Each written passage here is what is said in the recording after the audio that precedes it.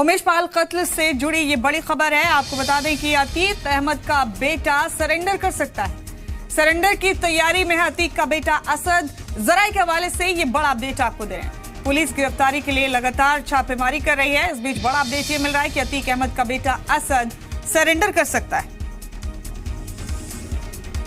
इस वक्त का बड़ा अपडेट है, बड़ी खबर जो आप अपने टीवी स्क्रीन पर देख रहे हैं। अतीक अहमद का बेटा असद सरेंडर कर सकता है।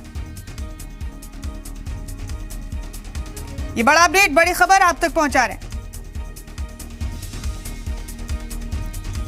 असद सरेंडर कर सकता है, ये बड़ा अपडेट आपको दे रहे हैं इस वक्त का। आपको बता दें कि उमेश पाल कत्लकांड में ये बड़ा अपडेट है इस वक्त का।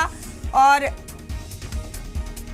उमेश के कत्ल के बाद पुलिस लगातार छापेमारी की कार्रवाई को अंजाम दे रही।